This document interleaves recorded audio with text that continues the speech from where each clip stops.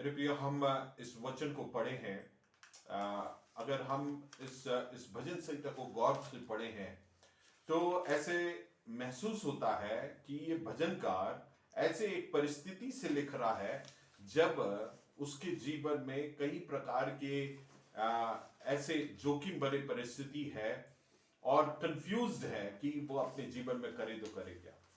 मेरे प्रियो, हम सबके जीवन में ऐसे परिस्थितियां आती है जब हमारे लाइफ में हमें समझ में नहीं आता कि हम करें तो क्या करें। हमें इतना हम असमंजस में रहते हैं कि हमें समझ में नहीं आता है कि काश कोई हमें उस मार्ग में या सही रास्ता बताए करके लगता है।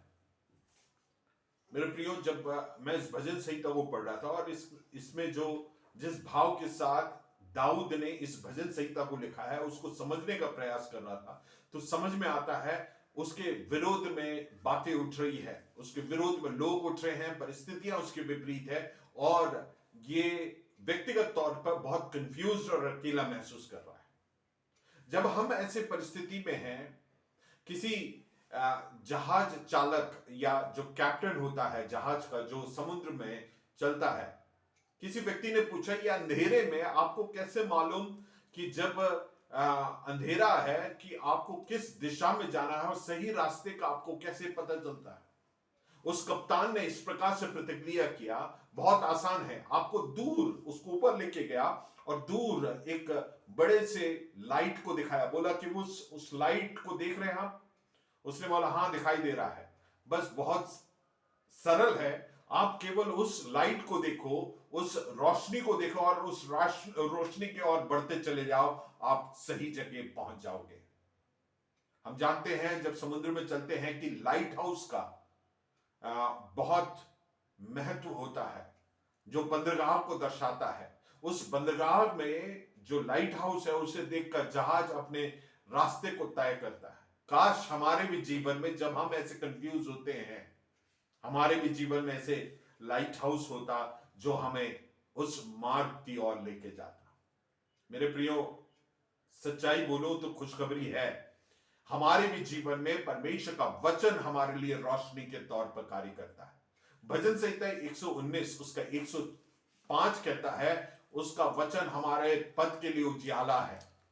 नीति वचन 6 उसका 23 कहता है, for the commandment is a lamp and teaching a light and the reproof of discipling are the ways of life. नीति वचन 6 उसका 23 पढ़े।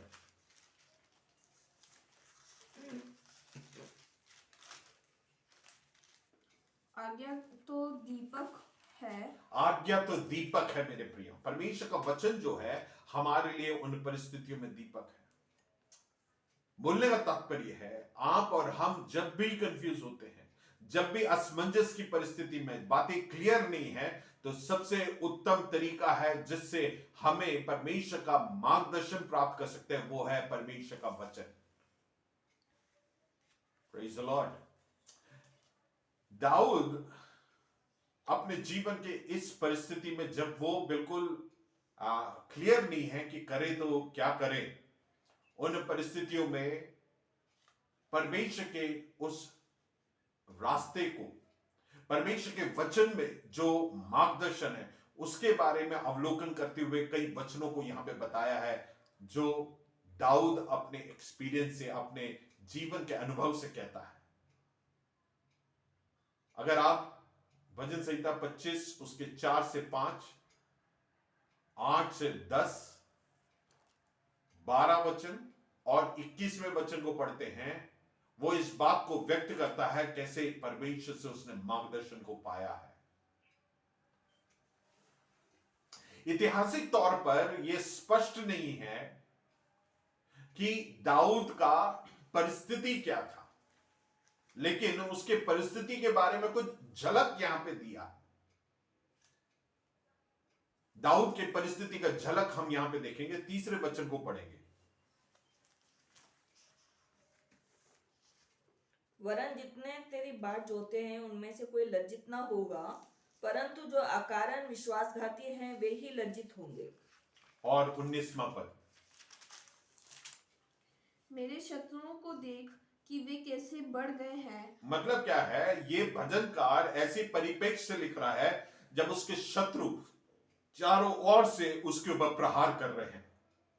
ये ऐसा दौर इस भजनकार दाऊद के जीवन में आया है जब शत्रु उसके विरुद्ध में उठे हैं, जब वे षड्यंत्र रच रहे हैं।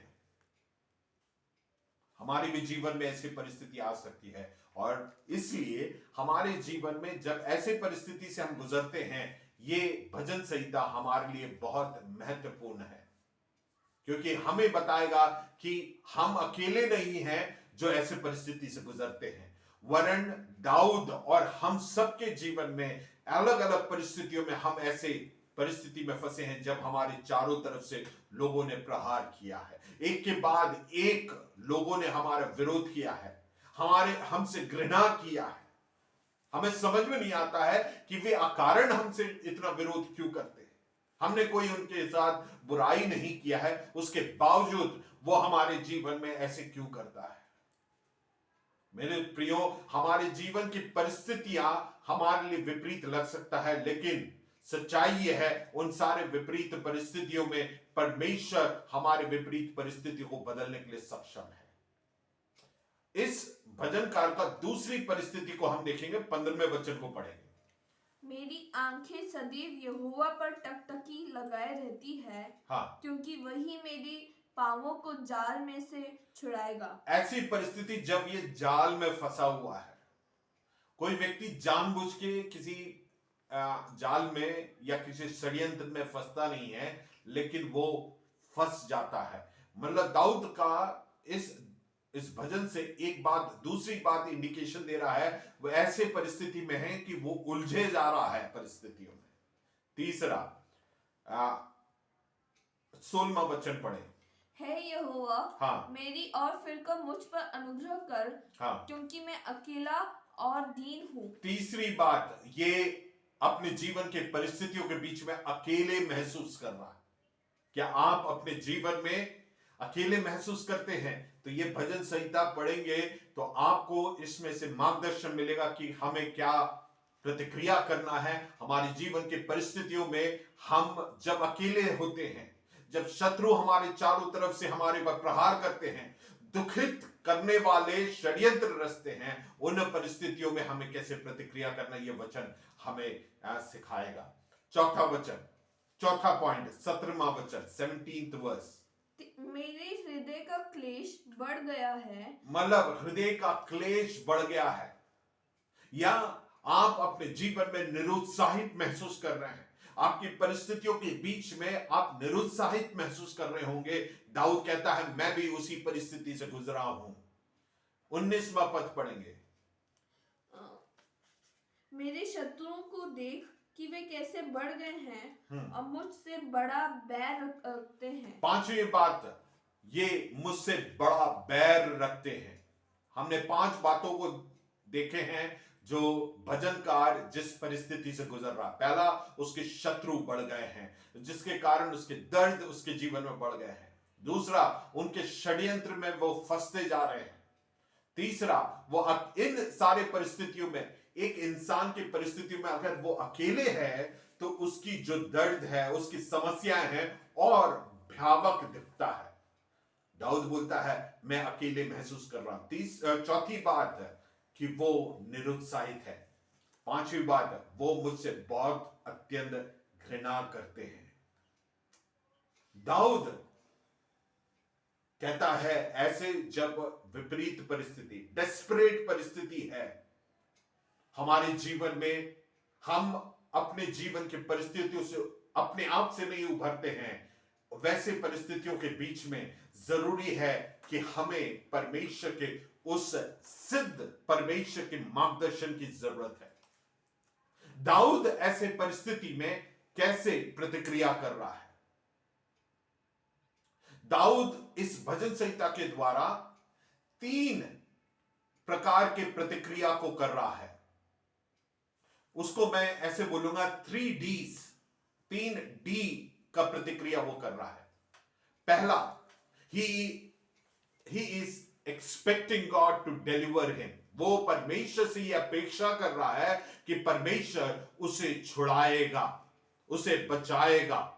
हमारे जीवन के ऊपर कही हुई पांचों परिस्थिति से हम गुजर रहे होंगे, शायद उनमें से कोई एक परिस्थिति से गुजर रहे होंगे, लेकिन उन परिस्थितियों में दाऊद बोलता है मैं परमेश्वर पर भरोसा कर सकता हूं कि वो मुझे छुड़ाएगा। क्यों ना हम एक वचन से लेकर तीसरे वचन तक पढ़ें।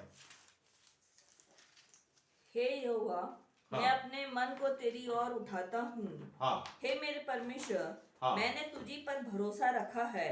हाँ मुझे लज्जित होने ना दे। हाँ मेरे शत्रु मुझ पर जय जयकार करने ना पाए। हाँ वरन जितने तेरी बाट जोते हैं हाँ। उनमें से कोई लज्जित ना होगा, परंतु जो अकारण विश्वासघाती हैं वे ही लज्जित होंगे। Praise the Lord.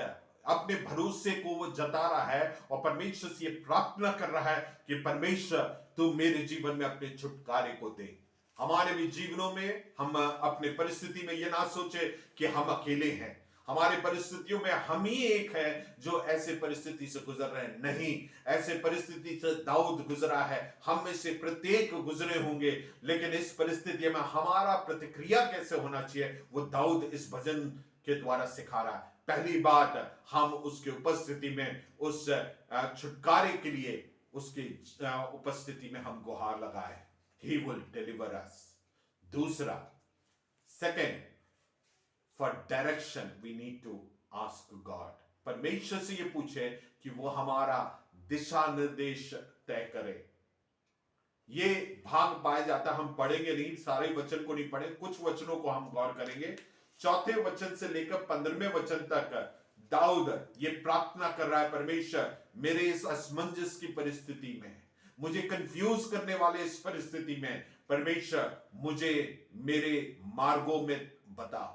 क्योंकि परमेश्वर का वचन ही है जो हमें सही रास्ते पर चला सकता है। परमेश्वर का वचन ही है, जब हम कंफ्यूज है, जब हम परमेश्वर के वचन की ओर फिरते हैं और उस पर भरोसा करते हैं और उस वचन पर आश्रित अपने कदमों को और हम अपने निर्णय को लेते हैं, तब हम अपने जीवन में उचित निर्णय और सही निर्णय और सिद्ध निर्णय को ले पाते हैं। जब इस प्रकार से हम निर्णय लेते हैं, तब परमेश्वर के कार्य और परमेश्वर की सिद्ध इच्छा के अनुसार जब हम निर्णय लेते हैं, परमेश्वर हमें आशीषित करता है, परमेश्वर अपने कार्यों को हमारे जीवन में लेता है।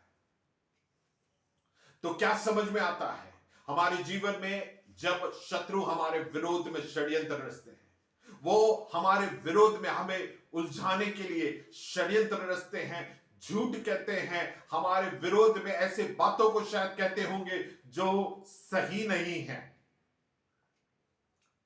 उसमें लाजमी एक बात जो उठ सकता है, हमारे इमोशंस कार्य करना शुरू करता है, हम भावुक होते हैं, हमारे गुस्से में या क्रोध में हम कदम उठा सकते हैं। लेकिन उन सब से उचित क्या कदम है, वो ये है कि हम जब परमेश्वर के वचन पर ध्यान करते हैं और परमेश्वर से ये गुहार लगाते हैं, प्रार्थना करते हैं और अपेक्षा करते हैं कि परमेश्वर अपने वचन के द्वारा हमारे मार्गदर्शन को दिखाए। उस अंधेरे भरे कुछ नहीं दिख रहा है उस परिस्थिति में परमेश्वर का वचन रोशनी को देगा, जो बिल्कुल स्पष्ट करेगा। उस अनसर्टन वेस में भी, उन लहरे भरे अंदर आगे पीछे कोई लाइट सोर्स नहीं है, वो एक जो लाइट है, जो लाइट हाउस से निकल रही है, वो हमारा मार्गदर्शन करे। उसी प्रकार से परमेश्वर का वचन हमारा मार्गदर्शन करेगा। हम पहले वचन को पढ़ेंगे, 8वें वचन को पढ़ेंगे।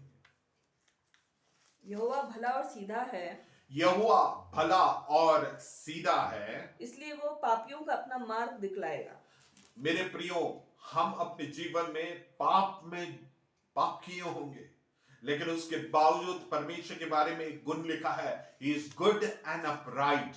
परमेश्वर हमें बार बार क्या करता है, हमारे जीवनों में अवसर देता है और वो हमें मार्ग दिखाएगा ताकि हम सही रास्ते पे वापस आए। मेरे प्रियो, प्रेज द लॉर्ड,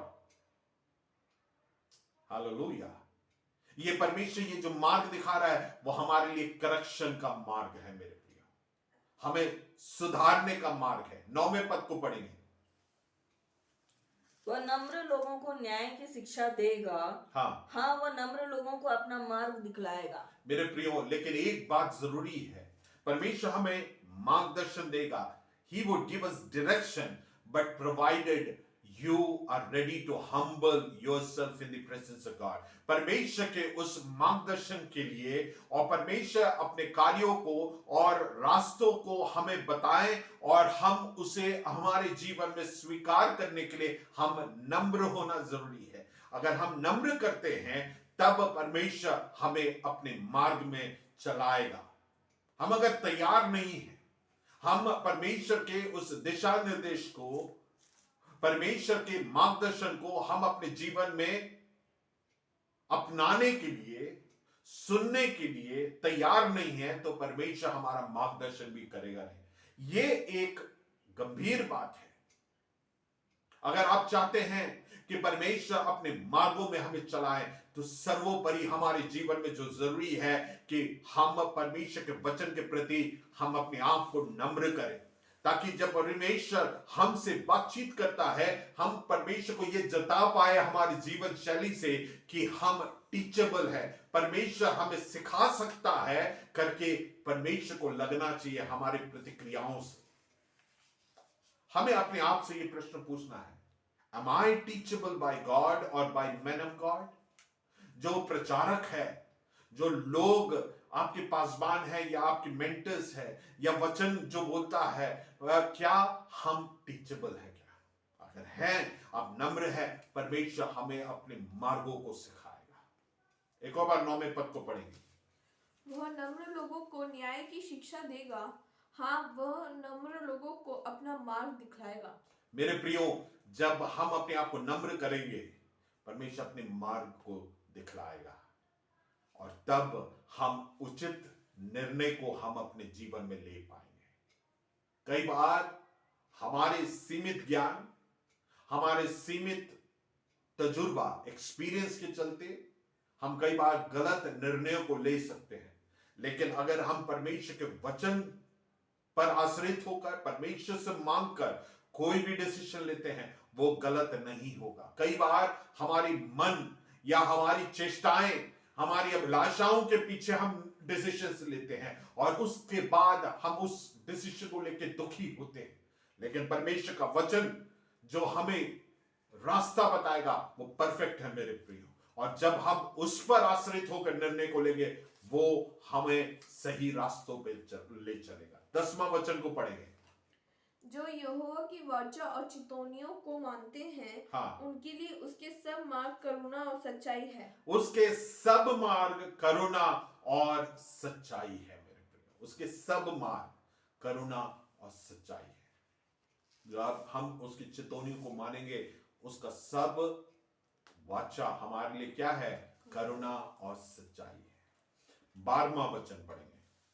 वह कौन है जो यहोवा का भय मानता है? यहोवा उसको उसी मार्ग पर जिससे वह प्रसन्न होता है चलाएगा। मेरे प्रियो, दूसरी बात हमारे जीवन में जरूरी है, ये सेकंड पॉइंट के अंदर का पॉइंट है, डायरेक्शन। जो परमेश्वर का भय मानता है, नीति वचन में लिखा है परमेश्वर का भय मानना बुद्धिमानी का आरंभ है। The fear of the Lord is beginning of all wisdom। मेरे प्रियो, परमेश्वर का भय मानने से परमेश्वर अपने मार्गों में चले। एक और बार 12वें वचन को पढ़े बेटे। वह कौन है जो यहोवा का भय मानता है? यहोवा उसको उसी मार्ग पर जिससे वह प्रसन्न होता है चलाएगा। आप समझ रहे हैं? उसी मार्ग पे चलाएगा जिस मार्ग से परमेश्वर प्रसन्न होता। हम अगर परमेश्वर के भय मानते हैं, परमेश्वर उसी मार्ग में चलाए। ये जो वचन है ये रोमी की पत्री 1 अध्याय उसके 18वें पद से अंतिम वचन तक जो भाग है उससे डायरेक्ट कॉन्ट्रास्ट में है ये बात।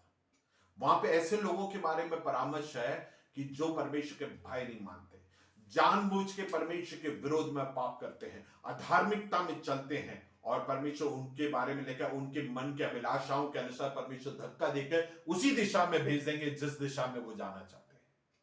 लेकिन यहां पे कहते हैं जो भय मानते हैं उनके लिए क्या कहा है, उसी मार्ग पे चलाएगा। आपको और हमें कंफ्यूज होने की नहीं जरूरत है, परमेश्वर उसी मार्ग पे चलाएगा जिस मार्ग से परमेश्वर प्रसन्न होता है। चलाने वाला भी और प्रसन्न होने वाला भी एक ही हो तो कितना बढ़िया है। Praise the Lord. आप कई बार किसी दफ्तर में काम करते हैं, आप किसी व्यक्ति को सेकेंड हैंड इंफॉर्मेशन में जानते हैं, व्यक्तिगत तौर पे नहीं जानते हैं, तो आपको किसी और पर आश्रित होना पड़ता है कि उसके परसेप्शन को समझकर आप अपने बॉस को सेटिस्फाई करने की प्रयास करते हैं। लेकिन यहां पे क्या है, चलाने वाला भी और सेटिस्फाई होने वाला भी परमेश्वर है। जब हम परमेश्वर का भय मानते हैं, परमेश्वर हमें उसी मार्ग पे चलाएगा जिससे वो प्रसन्न होगा। कितनी अनोखी और आशीषित बात है। परमेश्वर हमें सही दिशा में चलाएगा, डायरेक्शन को देगा। हम कंफ्यूज होंगे हमारे जीवन में करना क्या है, हम परमेश्वर के वचन पर आश्रित हो ताकि परमेश्वर हमारे डिसीजन, जो हमारे लाइफ सिचुएशन में हमें नहीं मालूम कि क्या डिसीजन लेना है, उस परिस्थिति में परमेश्वर पर पूर्णता विश्वास करे और परमेश्वर उसी मार्ग में चलाएगा जिस मार्ग से वो प्रसन्न होता है। हालेलुया। दो प्रतिक्रिया हमारे जीवन में जरूरी है इसके लिए। एक है नम्र होना, दूसरा है परमेश्वर का भय मानना। 14वां वचन भी पढ़ेंगे। यहोवा के भेद को वही जानते हैं, यहोवा के भेद को वही जानते हैं जो उससे डरते हैं, जो उससे डरते हैं, और वह अपनी वाचा उन पर प्रकट करेगा। और जो डरते हैं उन पर अपना वाचा प्रकट करे। अब मेरा पूछना है, भेद की बातें यहां पे लेकर उन पर ही प्रकट करेगा, मतलब क्या है? जो परमेश्वर का भय नहीं मानते, क्या उन पर प्रकट होता है क्या? उत्तर आपने बोल दिया है।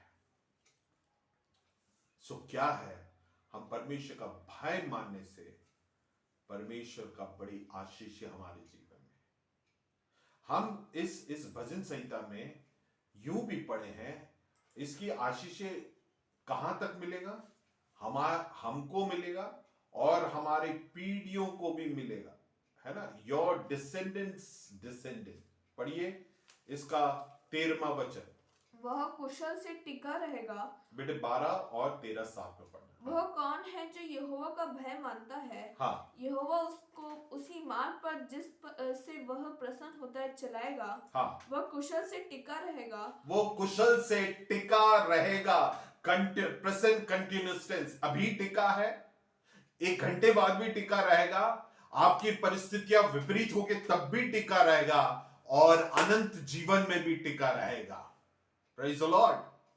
हाँ, पढ़ो बेटे। टिका रहेगा और उसका वंश पृथ्वी का अधिकारी होगा। और उसका वंश पृथ्वी का अधिकारी होगा। Praise the Lord. हालेलुया। मेरे प्रियो, परमेश्वर के वचन को आप अगर अपने जीवनों में सबसे महत्वपूर्ण दर्जा देंगे और उसके लिए समय निकालेंगे और आपके परिवार के साथ समय निकालेंगे, उसकी आशीषें केवल हमारे जीवन में नहीं, हमारे पीढ़ियों के जीवन में होगा। मैं कुछ दिनों पहले एक बुजुर्ग व्यक्ति का गवाही सुन रहा था। उन्होंने कहा जब वो विश्वास में आए, वो जिस स्थान से आते हैं वहां पे बाइबल पढ़ना, हालांकि वो क्रिश्चियन परिप्रेक्ष्य से आते हैं, वहां पे बाइबल पढ़ना मना था। केवल जो पासबान होते हैं वो बाइबल पढ़ सकते हैं और वही बाइबल रख सकते हैं। लेकिन इन्होंने, परमेश्वर ने इनके जीवन में कार्य करने के कारण उन्होंने बाइबल को छुपा के रखा और बाइबल पढ़ा और उस बाइबल के अनुसार अपने जीवन को जिया। उनसे किसी ने पूछा कि ऐसे करने से, परमेश्वर के वचन को पढ़ने से आपके जीवन में क्या फर्क हुआ, क्या नतीजा निकला? उन्होंने यूं प्रतिक्रिया किया कि मेरे परिवार में, मेरे वंश में आज तक कोई भी बिगड़ा नहीं है, कोई भी दारू नहीं पीते हैं, किसी का भी परिवार टूटा नहीं है, बच्चे श्रापित नहीं हैं, हमारे सारे बच्चे आशीषित हैं, परमेश्वर के भय मानने वाले लोग हैं। समझ रहे हैं मेरी बात? एक और बार उस वचन को पढ़ोगे 13th वर्स को। वह कुशल से टिका रहेगा, वो कुशल से टिका रहेगा। जो परमेश्वर के भय मानते हैं और परमेश्वर के वचन पर भरोसा करते हैं, वो कुशल से टिका रहेगा, और उसका वंश पृथ्वी का अधिकारी होगा। और उसका वंश पृथ्वी का अधिकारी होगा। 14वीं पढ़े। यहोवा के भेद को वही जानते हैं, हाँ, जो उससे डरते हैं, हाँ, और वह अपनी वाचा उन पर प्रकट करेगा। और परमेश्वर अपने वाचा को उन पर प्रकट करेगा। जब हम परमेश्वर का भय मानते हैं और उसके वचनों पर चलते हैं, हमारे ऊपर अपने वाचा को प्रकट करें। वाचा क्या है? परमेश्वर आशीष का वाचा। हालेलुया, हमारे ऊपर वो पूर्ण होगा। Praise the Lord. हमने 2 पॉइंट को अभी देखे हैं। फर्स्ट, परमेश्वर से हम छुटकारे के लिए प्रार्थना कर रहे, दाऊद बोल रहा है। दूसरा, मार्गदर्शन के लिए, डायरेक्शन के लिए। तीसरा, और बताकर मैं अंत करूंगा, तीसरा वो परमेश्वर बोलता है, परमेश्वर के दास बोलता है, परमेश्वर से डिफेंस, प्रतिरोध करने का क्षमता को प्रदान करने के लिए। आपके और मेरे विरोध में लोग खड़े हो सकते हैं, हम परमेश्वर से प्रतिरोध, या हमारे लिए हम डिफेंसलेस हैं, हमारे पास इतनी क्षमता नहीं है कि हम किसी के सामना कर पाए, लेकिन परमेश्वर हमारे लिए ढाल बनकर हमारी सुरक्षा को प्रदान करेगा। अगर आप अपने जीवन की परिस्थिति में असहाय महसूस कर रहे हैं, आप ऐसे परिस्थिति में हैं जहां पे आपको लग रहा है जोखिम कभी भी आपके दरवाजे पर दस्तक दे सकता है, आप डरे नहीं। अगर आप परमेश्वर पर भरोसा रखते हैं, आपके विपरीत परिस्थितियों के बीच में भी वो आपके लिए सुरक्षा को प्रदान करेगा। हालेलुया। मैं एक व्यक्ति का गवाही पढ़ रहा था कई साल पहले, आज से 50-60 साल पहले की बात है। अफ्रीका के कुछ प्रांतों में जब मसीहों के विरोध में बहुत सताव था, तब एक प्रभु की उपासना करने वाला और परमेश्वर का भय मानने वाले एक व्यक्ति को मार डालने के लिए उसके विरोधी उसको खदेड़ रहे थे। वो भागते भागते पहाड़ों में, जंगलों में चढ़ गया, लेकिन वो उनके पीछे थे। वो भागते भागते इतना थक गया था कि एक गुफा में वो गिर गया, और गुफा में गिरने के पश्चात उसने देखा कि एक स्पाइडर इन हिंदी मकड़ी, ओके, मकड़ी जाल बुनना शुरू हुआ जिस गुफा में, और कुछ ही समय में उसने इतना घना मकड़ी के जाल को उसके मुंह पर बुन दिया कि जो उसको मार डालने के लिए जो खदेड़ रहे थे वो वहां पे आए, तो मकड़ी के जाल को पूरे गुफा पर देखकर उनने सोचा कि ये हो ही नहीं सकता कि वो इसके अंदर गया हो। क्या समझ में आया? जब परमेश्वर आपके लिए रखवाली कर रहा है, आपके लिए छुटकारा दे रहा है, आपके लिए खड़ा है, तब एक मकड़ी का जाल भी एक ठोस दीवार का काम करेगा। Praise the Lord. लेकिन जब परमेश्वर नहीं है, मैं आपको ये भी बता दूं, एक ठोस दीवार भी मकड़ी के जाल से ज्यादा कमजोर होगा। आमीन। Praise the Lord. इस बात को समझिए। मेरे और आपके परिस्थितियों में आप और हम जोखिम भरे परिस्थिति में हो सकते हैं। आखिरी भाग था डिफेंस, 16 से 22 में पद में यही दिया है। परमेश्वर हमारे लिए रखवाली करेगा, वो हमारे लिए गढ़ होगा। पर भजनकार एक और जगह बोलता है, परमेश्वर मेरे लिए ठोस चट्टान है। हालेलुया, हमें फिसलन से, जोखिम भरे परिस्थिति से परमेश्वर उठाकर खड़े करेगा और हमें दृढ़ करेगा। He is a defense when we are defenseless. हम निहत्थे होंगे, हमारे पास सामर्थ्य नहीं होगा, लेकिन उस परिस्थिति में भी हम ध्यान कर सकते हैं कि परमेश्वर हमारे लिए सामर्थ्य बनकर वो खड़ा रहेगा, हमारे लिए ढाल बनकर खड़ा रहेगा, हमारे विपरीत परिस्थिति में वो सुरक्षा बनकर खड़ा रहेगा। इसलिए मेरे प्रियो, मनुष्यों के द्वारा बनाए गए विरोध और जोखिम को देखकर डरे नहीं, लेकिन परमेश्वर पर हियाव बांधे, क्योंकि आपका और हमारा जो डिफेंस है वो परमेश्वर है। It is God who is our defense, not the world and how strong you are. आप कितने सामर्थ्य है, ये आपका डिफेंस नहीं है, ये आपका सामर्थ्य नहीं है, वरन परमेश्वर आपके लिए सामर्थ्य है। इसलिए मेरे प्रियो, दाऊद से सीखेंगे हम। हमारी परिस्थितियां शायद ऐसे होंगे जब शत्रु हमारे चारों तरफ से प्रहार कर रहे हैं, भयावह परिस्थिति है, वो षड्यंत्र रच रहे होंगे, हम अकेले होंगे, वो हम पर अकारण क्रोध कर रहे होंगे, लेकिन इन सारी परिस्थितियों में हम परमेश्वर के छुटकारे के लिए भरोसा कर सकते हैं। पर हम असमंजस की परिस्थिति में हम परमेश्वर के डायरेक्शन, मार्गदर्शन के लिए भरोसा कर सकते हैं, और परमेश्वर हमारे लिए डिफेंस अर्थात छुटकारा बनने के लिए हम भरोसा कर सकते हैं। परमेश्वर हमें इन वचनों के द्वारा आशीषित करने पाए।